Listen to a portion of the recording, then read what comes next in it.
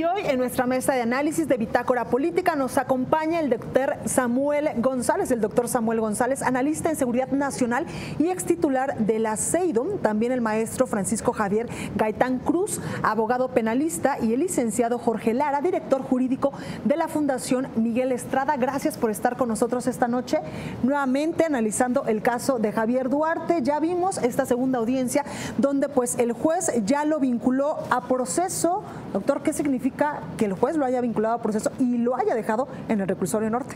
Bueno, yo creo que es un éxito sin duda hasta este momento de la Procuraduría General de la República el que haya logrado esta vinculación a proceso. Significa que ha iniciado definitivamente el proceso penal del señor Duarte por los delitos de delincuencia organizada y lavado de dinero.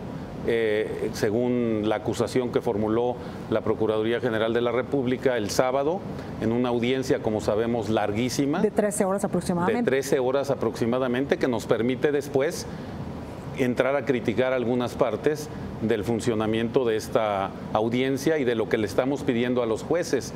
No es humano que una persona esté juzgando por 13 horas de esa manera, y eso se refiere a los errores estructurales que tiene el Código Nacional de Procedimientos Penales, que tiene, como ya decía yo la vez pasada, varios.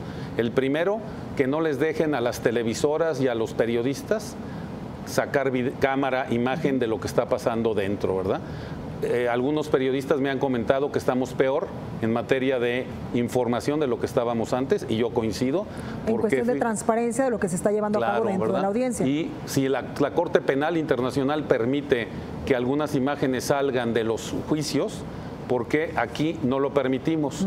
Fíjate bien, yo analicé los trabajos de los 30 reporteros que estuvieron dentro, algunos los conozco, y solamente uno, que es Abel Barajas, del periódico Reforma, se refiere a elementos técnicos de lo que pasó en la audiencia. Todos los demás dan datos que fueron puestos por las partes, pero no los elementos que nos permiten a nosotros como analistas ver si el juez se comportó de manera adecuada o si la Procuraduría se comportó de manera adecuada o no. Solamente uno de 30. ¿Por qué? Pues porque obviamente los periodistas hacen su trabajo de periodistas, pero no son técnicos en derecho. Entonces, no nos están dando la imagen de lo que pasó adentro, nos estamos enterando de lo que dice un señor periodista o varios señores periodistas que pasó en la audiencia. Y este es un gravísimo error del Código Nacional. Cerraron la puerta de la publicidad demasiado y ustedes no están teniendo imágenes y nosotros tampoco la estamos teniendo. Ahora vamos a pedir que nos den el video y seguro nos los van a negar, y sobre eso yo ya tengo a varios colegas periodistas que me están pidiendo que generemos amparos contra el Código Nacional de Procedimientos Penales porque el código cerró demasiado la puerta a tenerlo. Fíjate bien, métete a la página de la Corte de Nueva York y pones el juicio del señor Guzmán Loaera, ¿verdad? Te van a dar todos los papeles, incluyendo las transcripciones de lo que pasa en cada una de las audiencias. Y aquí nos lo cierran. ¿Por qué nos lo cierran? Porque no quieren conocer, no quieren que conozcamos los errores de los jueces y los errores de los ministerios públicos. Francisco, ¿tú qué opinas sobre esto? Vemos que hoy los jueces, por estas notas periodísticas que nos decía el doctor, pues sí se prepararon, iban más. Esta vez, pues ya vimos ahí incluso al titular de la CEIDO y también agente de la Unidad de Inteligencia Financiera y 4 agentes del Ministerio Público. Tal parece que esta vez sí se prepararon. Correcto. Bueno, es importante hacer mención y continuar un poco lo que dice el doctor respecto de esta audiencia. He leído en algunos medios y también he escuchado en la televisión que se refieren a esta audiencia como una segunda audiencia.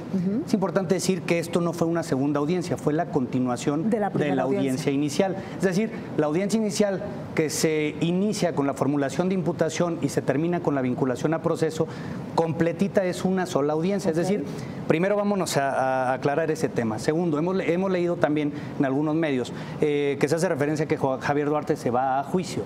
Javier Duarte no se va a juicio. Javier Duarte se le dictó una auto de vinculación a proceso que solo tiene un efecto, ya lo habíamos comentado hace algunas entrevistas. Solamente no va a ser la libertad. No solamente va a seguir siendo investigado durante 6 meses más. Es el único efecto que tiene el auto de vinculación a proceso. Es decir, te puedo seguir investigando porque para mí, juez de control, existen datos suficientes de la existencia de un hecho que la ley sanciona como delito y la posibilidad de que Javier participó en él. Claro. Nada más. Que incluso el juez durante la audiencia sí le dice, solo existe la probabilidad de su participación. Por eso estamos muy lejos del juicio. Por eso estamos hablando simplemente de un auto que dice, te voy a seguir investigando. Es lo único. Eso es importantísimo decir, oye, tiene 6 meses PGR para seguirlo investigando. No obstante, ya tuvo algunos meses para investigarlo antes de solicitar la orden de aprehensión y antes de solicitar evidentemente el auto de vinculación a proceso, la extradición. Y lo que nos tiene aquí, evidentemente lo que se hace ahorita es, se le da oportunidad, porque así lo permite el código, lo permite la Constitución, a PGR para que siga investigando y recabando datos de prueba. Ojo, esto también es importante. Se dice en varios medios que PGR lo que hizo hacer un listado de 80 y tantos pruebas. 82 datos de prueba. Sin embargo, no son pruebas, son datos de prueba. ¿Qué quiere decir esto? Que todavía no tienen la formalidad que pide el derecho procesal o que pide la teoría general del proceso para que sean desahogados como tal. Estos simplemente son evidencia, datos, registros, que lo que hacen es presumir la existencia de un hecho delictivo y la probabilidad de que Javier lo cometió. Nada más, por eso el estándar probatorio, como te lo comentábamos ya también en anteriores entrevistas, pues es muy bajo. Entonces, esto es dato de prueba, se dicta vinculación, existen estos elementos y vámonos a seguir investigando. Hemos escuchado, bueno, también habría que complementar que esto no es una revancha de PGR, porque en esta audiencia, tal y como ya te lo hemos comentado, también aquí lo hemos comentado en la audiencia, en esta audiencia no se gana ni se pierde. Claro. Lo único que se dice es, ¿hay datos para seguir investigando o no hay datos para seguir investigando? Ahora bien, como el delito que se le imputa a Javier es un delito de los cuales se requiere prisión preventiva oficiosa, pues es por eso que él está... Lavado de dinero y delincuencia organizada. Correcto. Pero también hay que hacer mención que la delincuencia organizada no es como tal un delito. Varios delitos los puedes cometer a la luz de esa modalidad, es decir, si 2 o más personas, si 3 o más personas se unen para cometer este tipo de delitos de forma organizada, cometen el delito específico de lavado de dinero, pero con la modalidad de delincuencia organizada. Y quienes hacen eso no tienen derecho a que se les revise su medida cautelar y tengan que estar, mientras los están investigando, dentro de una prisión preventiva. Perfecto. Jorge, yo quiero preguntarle por qué seguir en el reclusorio norte. Ahí había pues algunos comentarios que decían que incluso pues no se habían dictado medidas de seguridad especiales para Javier Duarte, y había otros comentarios que también hemos leído, sobre todo en redes sociales, de el por qué no se le mandó ya a un penal de máxima seguridad o de alta seguridad.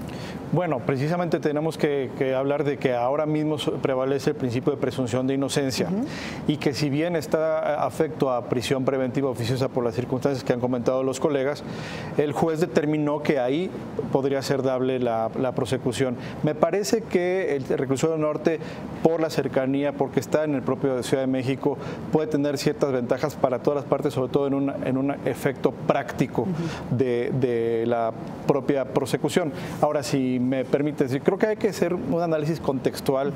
Desde luego, los aspectos procesales operativos han sido bien interesantes en estos días y destacan todo lo que han comentado los compañeros. Pero también hay que reflexionar por qué la PGR, por qué la autoridad federal está persiguiendo a Javier Duarte. Y aquí parte precisamente del delito de delincuencia organizada, que es un delito que solamente puede perseguir la federación, que se vale a través del delito predicado de lavado de dinero a través del sistema financiero, porque, ojo, puede haber delito de lavado de dinero federal o local, ¿no? Y aquí es donde también he escuchado al defensor de Duarte decir, la PGR no hizo referencia a los delitos precedentes, que me parece que ese es otro tema que hay que analizar, y yo coincido con Samuel en el sentido de que hay que ver si se hizo ese alegato aún en esta instancia de vinculación, porque tendrá que hacerse de manera muy categórica y muy importante, que es qué delitos originaron los recursos. Y todos esos delitos, o la mayoría de esos delitos, vamos a ver que son delitos del fuero común. ¿Por qué se federaliza? Porque se utiliza el sistema financiero. Y aquí entra un aspecto que va a ser bien relevante, el tema de la inteligencia financiera.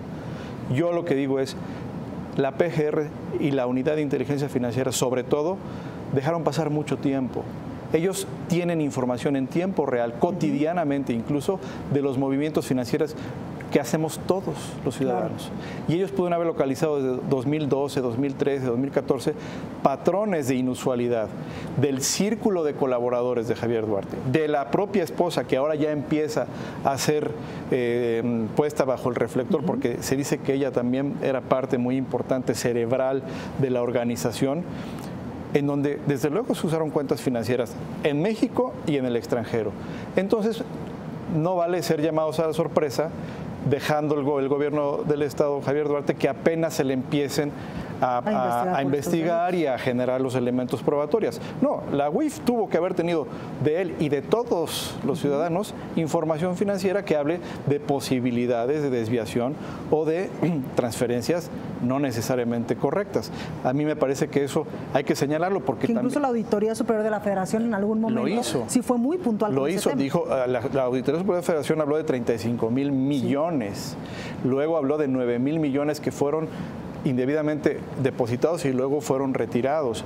Y ahora estamos hablando de un cargo en vinculación ciertamente de 1.600 millones de pesos. Entonces, aquí también me parece que para el pueblo de Veracruz va a ser muy importante lo que llamamos recuperación de activos. Es decir, no solamente que se llegue al final del asunto en el esclarecimiento de la responsabilidad penal de él y del círculo de cómplices que no están sirviendo como testigos o demás, pero también la recuperación de activos. Y creo que en este sentido la información que pueda tener el actual gobernador Yunes también va a ser de enorme relevancia, claro, porque él va a dar cuenta con los delitos del Foro Común, que muchos de ellos fueron los que sirvieron de origen a los delitos ya de lavado de dinero. Exactamente. Doctor, hay por lo menos 4 personas, ex amigos, ex colaboradores de Javier Duarte, que hoy literalmente lo están echando de cabeza y están diciéndole a la Procuraduría General de la República, pues toda esta red de desvíos, de creación de empresas fantasmas. Incluso hoy pues ya veíamos en las redes sociales, en los medios de comunicación, que uno de ellos incluso pues estaba señalando la compra de una camioneta de lujo y la compra de un departamento de lujo a una de las ex colaboradores de Javier Duarte, que se dice era también pues su novia. Muy cercana. Su novia, muy cercana. Demasiado cercana. Exactamente. Bueno, ¿qué va a pasar con todos ellos? Bueno, yo creo que es muy importante entender la figura del testigo colaborador, que no testigo protegido, porque son cosas distintas, ¿verdad? Se trata del testigo eficaz o el testigo colaborador, que es justamente la manera en que en el sistema norteamericano se hacen casos tomando la información que solo puede ser conocida por algunas personas que participaron en los delitos para poder desarrollar el caso. Yo creo que ese es un elemento... Pero a ellos no se les da impunidad, es decir... Bueno, eso es muy importante lo que estás diciendo, ¿verdad? En la teoría norteamericana no se puede dar inmunidad, salvo en casos excepcionales y solamente en razones de política criminal muy claras, ¿verdad? ¿A qué me estoy refiriendo? Que la teoría dice que tú tienes que ir de abajo hacia arriba. Por ejemplo, Javier Duarte no podría tener el beneficio de la colaboración eficaz para imputar a las personas que están abajo de él. Siempre tendría que ser para imputar a personas que están por arriba de él. Y es muy importante que los fiscales mexicanos entiendan que la colaboración, el testigo colaborante o eficaz, se tiene que justificar a la luz de un bien mayor, ¿verdad? No se puede dar inmunidad absoluta en condiciones. Los norteamericanos son muy precisos que hay que obtener sanciones, aunque sean menores, ¿verdad?, respecto a lo mayor. Si me permites, quiero hacer un comentario respecto de los 4 errores que vemos a la luz de lo que señaló los propios periodistas que realizó el juez en la audiencia inicial. Y fíjate bien, es un atrevimiento porque, como estoy platicando, lo tengo que conocer a partir de los periodistas y no verlo de manera directa en los videos que deberían ser públicos, ¿verdad? Las transcripciones que deberían de ser públicos. Y aquí hay un elemento que me parece muy delicado de la actuación del juez. El juez realizó los siguientes elementos, digamos, que pueden ser sujetos a debate, cuando menos. El primero, determinó la exclusión de prueba en la audiencia, en esta audiencia de vinculación a proceso, del testamento que fue presentado, en el cual el señor Mansur, uno de estas personas, dejaba a Duarte y a su esposa como los herederos universales, ¿verdad? O sea, eso atenta contra todo lo que conocemos. Una persona no deja a una persona así como su heredero universal, a su jefe, ¿verdad? Tiene que ser a los hijos, a los parientes, a alguien que tiene cierta cercanía. Ahí nos da una pista de que sí era prestanombres. Ahí da una pista muy importante de que era prestanombres, pero el juez excluye la prueba en un momento que no la puede excluir de acuerdo a lo que son los reportes de prensa, ¿verdad? Hay que ver lo que pasó en la audiencia. ¿Y por qué? Porque el momento de exclusión de prueba no es aquí. El momento de exclusión de prueba es en la audiencia intermedia o discovery en el modelo norteamericano. Ahí es donde se puede dar ese elemento. Luego saca a 2 personas, el juez, que son las 2 personas que ya fueron sentenciadas, ¿verdad? 2 mujeres que están cumpliendo prisión precisamente por someterse al juicio abreviado, diciendo que no participan en la organización. Y el juez tiene una confusión completa, lo hemos estado viendo en distintos elementos de cómo fueron capacitados los jueces, que no distinguen lo que es delincuencia organizada según el artículo 16 y 19 de la Constitución y lo que es el tipo penal de la Ley Federal contra la Delincuencia Organizada, que no es un tipo sino 3, ya hay el artículo 2 bis, 2 tris en la Ley Federal y en otros lugares también hay delitos de delincuencia organizada. Y confunde, la Constitución no tiene tipos penales. Los tipos penales están en las leyes penales, ¿verdad? Y sin embargo dice que debe ser excluida esa participación porque estas 2 personas no fueron acusadas de delincuencia organizada. Eso es un absurdo si es como lo narran los señores periodistas, ¿verdad? ¿Por qué es un absurdo? Por lo siguiente, fíjate bien, sería tanto como decir que en el caso de Tláhuac suponiendo que murieron 8 personas y que hubieran detenido una persona que hubiera quedado viva, ¿verdad? Entonces, como murieron, pues ya se extinguió la acción penal, no los puedo acusar de delincuencia organizada. Sin embargo, a la persona novena sí la puedo acusar de delincuencia organizada, aunque no acuse a los demás. Perfecto. Y es una confusión completa del juez. Y por último, yo sí considero que el juez violó la Constitución cuando no determinó que el señor Duarte fuera a un reclusorio federal. La Constitución en el 18 es tajante, ¿verdad?